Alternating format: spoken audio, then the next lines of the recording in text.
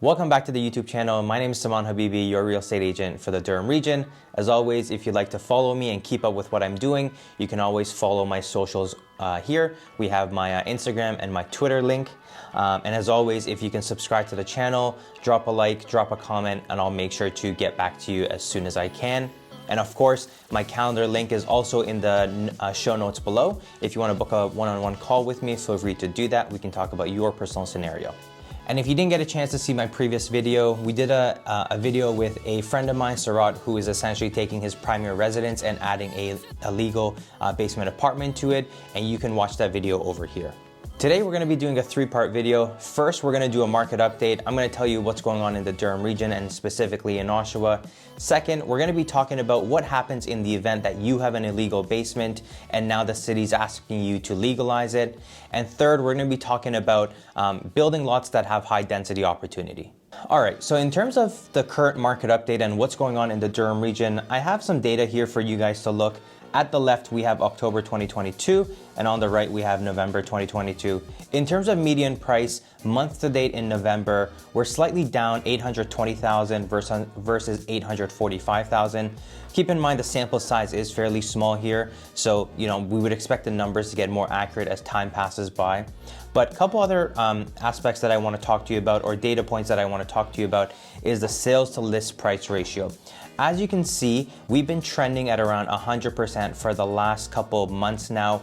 And what that is indicating to the market is that a lot of listings that you see on the MLS right now are listed to sell. So previously there was a lot of confusion in the market. People would look at a listing price and they'd wonder, is this listed extremely below market value, or is it listed at market value or above? What this data is telling us is that most listings are selling at 100% to list ratio, which means that the end consumer and real estate agents, when they're going to list a property, they're thinking that at this point in time, it's just best to list at fair market value. The other thing we want to talk about is the number of days that it's taking to sell your property. So this number has increased significantly since the peak of the market. If we go back to 2021 and even early 2022, on average, it would take 6 days to sell a property. Now that number is up to 16. So if you're looking to sell a property, you have to understand that one, you need to list your property at fair market value, and two, it may take longer for your property to sell. So if you're on the market for 5 days, 7 days, and it hasn't sold, I don't think that's a time where you need to panic. I think you just need to be more patient because the data is saying that it takes at least 2 to 3 weeks to sell a property. And the last point that I want to talk about is the number of sales that are going above asking price. So right now, around 40% of the properties in the Durham region are selling above asking price. Now that is, it's probably more in some of the sub-markets than others. And it also depends on areas where there are listings that require a lot more cosmetic work or a lot more renovation work to take on. So it's hard to tell where these properties are that are selling above asking price, but there is a portion of properties that are still going above asking price, and just one thing to keep in mind. So another data point that we want to look at is the type of property and how they're performing. So in this chart, you're going to see that we have townhouses, condo apartments, condo townhouses, detached and semi-detached properties. And I've drawn a line at February 2022, and I also have a line for November 2022. And at the bottom right of the data, I've summarized the median price for all these properties. And as you can see, the type of property that has corrected the most is the semi-detached properties. And I think that makes sense because, prior to February 2022, there was a big run-up of these properties. There's a lot of demand for these properties. If you're looking to purchase a house, you're first going to be targeting the detached properties because it gives you, a lot more privacy. You're not sharing a wall with anyone else, and you can live within your own corridors. So those properties had the highest demand, and as a result, the highest competition, and as a result, the highest appreciation. So now that the market has corrected, detached properties have seen the biggest correction, but then the condo apartments have seen the smallest correction since the peak of the market, which would be February 2022. So condo apartments were trading at $680,000 in February, and now they're down to $550,000, and that's a decrease of 19%. And I would say that these properties have held their value because, again, when it comes to affordability, they are the most affordable compared to the other type of properties in the area. So as a result, when you have people who are having issues affording a property, they're likely going to be targeting ones that they can qualify for and ones that they can afford. Hence why condo apartments have maintained their value. All right, so I want to spend some time talking to you about illegal basements and what that means. And the reason why this is very relevant is because, the truth of the matter is that there are a lot of illegal basements or, basements that have a nanny suite or a kitchen in the basement. They're meant for, whether it's for your other family members or whether it's for the purpose of renting. In some areas, a lot of these basement apartments are not legal. So for example, in Toronto, in Scarborough, there would be a large portion of these properties that are not legal.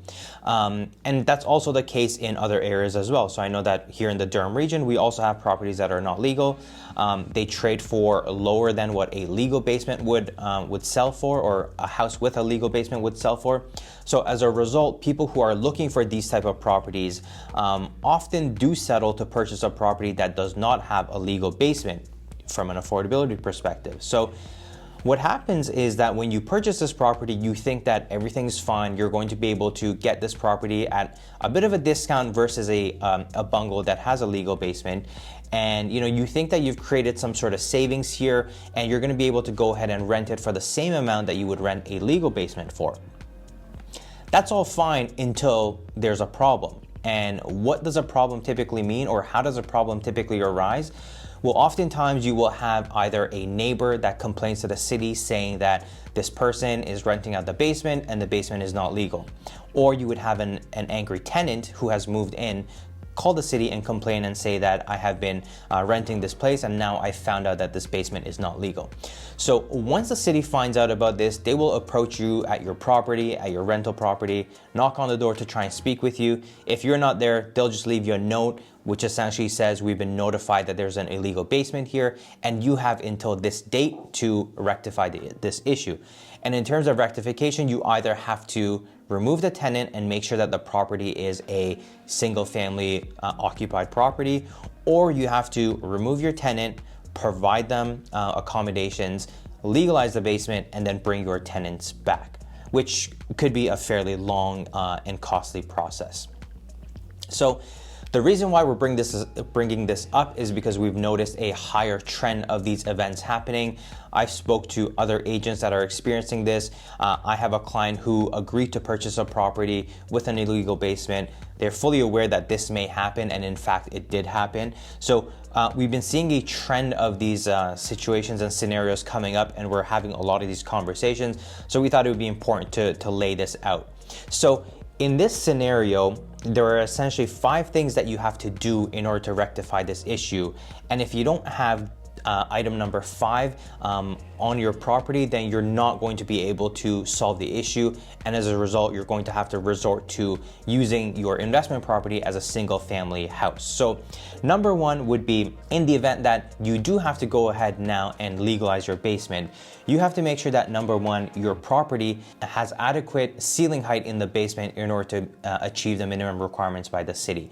So that means that underneath your doorways, ducts, and beams has to have a clearance of 6'5" So that's number 1. If you don't have that, then are you out of luck? Well, I wouldn't say you're out of luck. You can rectify the issue, but it would be a fairly costly undertaking. You would essentially have to underpin your basement, which would be a huge cost and a huge inconvenience, and it's a very messy task to undertake. Besides that, number 2 would be ensuring fire separation. So you have to create fire separation between your upper unit and your lower unit, and what that typically means is that you need to ensure you have enough insulation in between your joists, you need to have a resilient channel, and you need to have 5/8 fire rated drywall.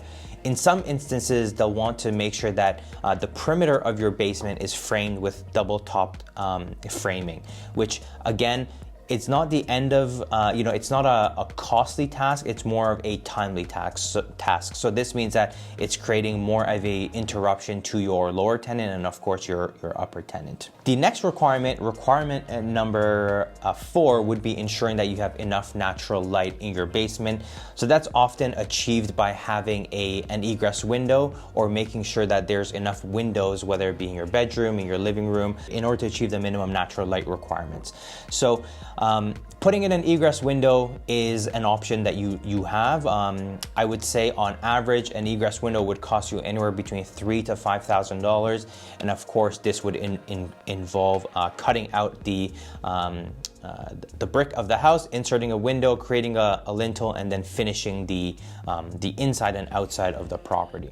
The last requirement, and I would say the most important requirement, is the parking requirement. Now, if you don't have adequate parking at your property, then unfortunately this is not something that you're going to be able to create out of thin air. So essentially, if you've purchased an illegal basement and you have, let's say, a frontage of 36, 35 foot, then as of right now, you do not have the adequate parking requirements achieved. So what you can do in this scenario is either apply for a minor variance and hope that you have a case in order to achieve a minor variance. And if you don't, then you're out of luck. But if you do have a 38-foot frontage, then perhaps you will be able to create some additional parking here and be able to satisfy the requirement by the city. Okay, so if you're in the market and if you're looking for a house with a basement and you're not sure what to do, you can reach out to a realtor and get them to confirm whether the property does have a legal basement. Or if you're in the city of Oshawa, you're targeting the city of Oshawa, the city has a website where you can log in and confirm the address, and this website will tell you if that address has a certificate or not. Another saving grace is that the city is now talking about having a licensing requirement. So anyone who has a bungalow with a basement apartment is required to maintain a license. And as part of that license, you may have to go through annual or biannual inspections, whether that be building or fire. But this just gives buyers more assurance that what they're getting is a property that has been inspected and meets all the requirements by the building code. So you don't run into a scenario where you can't meet some of these requirements in order to achieve a legal apartment. All right, so the last thing that I want to talk about is targeting properties that have high density opportunities. So what does this mean? Typically, when you buy a property, the property typically sits on a plot of land, and this land is giving you one detached property, and that's it. What people will often do is put in an income producing unit in the basement and call it a day. So from one lot and from one house, you've been able to achieve 2 units. So if we're imagining a typical bungalow, you have the upper unit and the lower unit. Now, some properties and some areas allow you to achieve a higher density. So what that means is that the lot has the adequate zoning to be able to build more units, whether it be building up or building on the existing lot, perhaps a garden suite in the backyard. So there are ways to figure out what the density of these properties are. So the first thing that you can do is, if you've identified a property that you like, you would have to figure out what the zoning of that property is. Typically, the zoning would start with the letter R for residential, and then it would go 1, 2, 3, 4, 5. I think the easiest way to put it is that as the number increases, the density also increases on that zoning. But essentially what you would have to do is you would have to figure out what the zoning on your property is, and then you would have to figure out what the density factor is. Once you have the density factor, that will give you the ability to do a calculation to see how many units you can build on a property. I'm going to show you an example of a property that I was looking at, and we'll go through what I had to do here to figure out how many units we can build on one building. Okay, so this is a property that came to my attention, and I was looking into it. So I thought we'd go through this example together. So this is a property in Oshawa. As you can see, the frontage is 64.9 and the depth of the property is 125 feet. As we see here, the zoning is R5A. So remember what I said was that first you have to look at the zoning bylaws to determine what kind of density you can achieve. So if we go on the City of Oshawa's website and we look at their zoning bylaw, so In this document, R5A will allow us to build an apartment building on it, and the maximum density that we can achieve is 60 dwelling units per hectare. So essentially what we have to do is we have to take the square footage of this property, so the lot size, which would be 8,126. So we're going to convert that to hectares. So 8,126 square feet converted to hectares is 0.075. And then what we can do now is take the hectares and apply the density calculation to it. Okay, so if we do the quick calculation, 0.075 times the density, which was 60, that will allow us to produce 4.5 units on this property. So in this scenario, you know, this is a good example of looking at a property, looking at a building lot that has one detached house on it, and seeing that the highest and best use of this property would be to essentially achieve the highest number of units. So that would be, you know, 4 to 5 units on the property. So this is a pretty strong tool to be aware of, a concept to be aware of, because as we head towards a market that is, you know, very uncertain in terms of what you can do, what future purchases you can make, you may be able to look at the existing properties that you have, figure out what the zoning is on it, and determine if the current building structure is of the highest and best use. And if not, you know that you have the option to build additional units, and then you can do your, you know, cost benefit analysis to see if it's worth making the development or not, or just keeping it as is. All right, guys, thank you for watching another video. As always, if you want to talk about your personal situation, feel free to access my calendar link below and book a call with me, and we can talk about anything that you want to talk about the Durham region, about your portfolio, and what you'd like to achieve.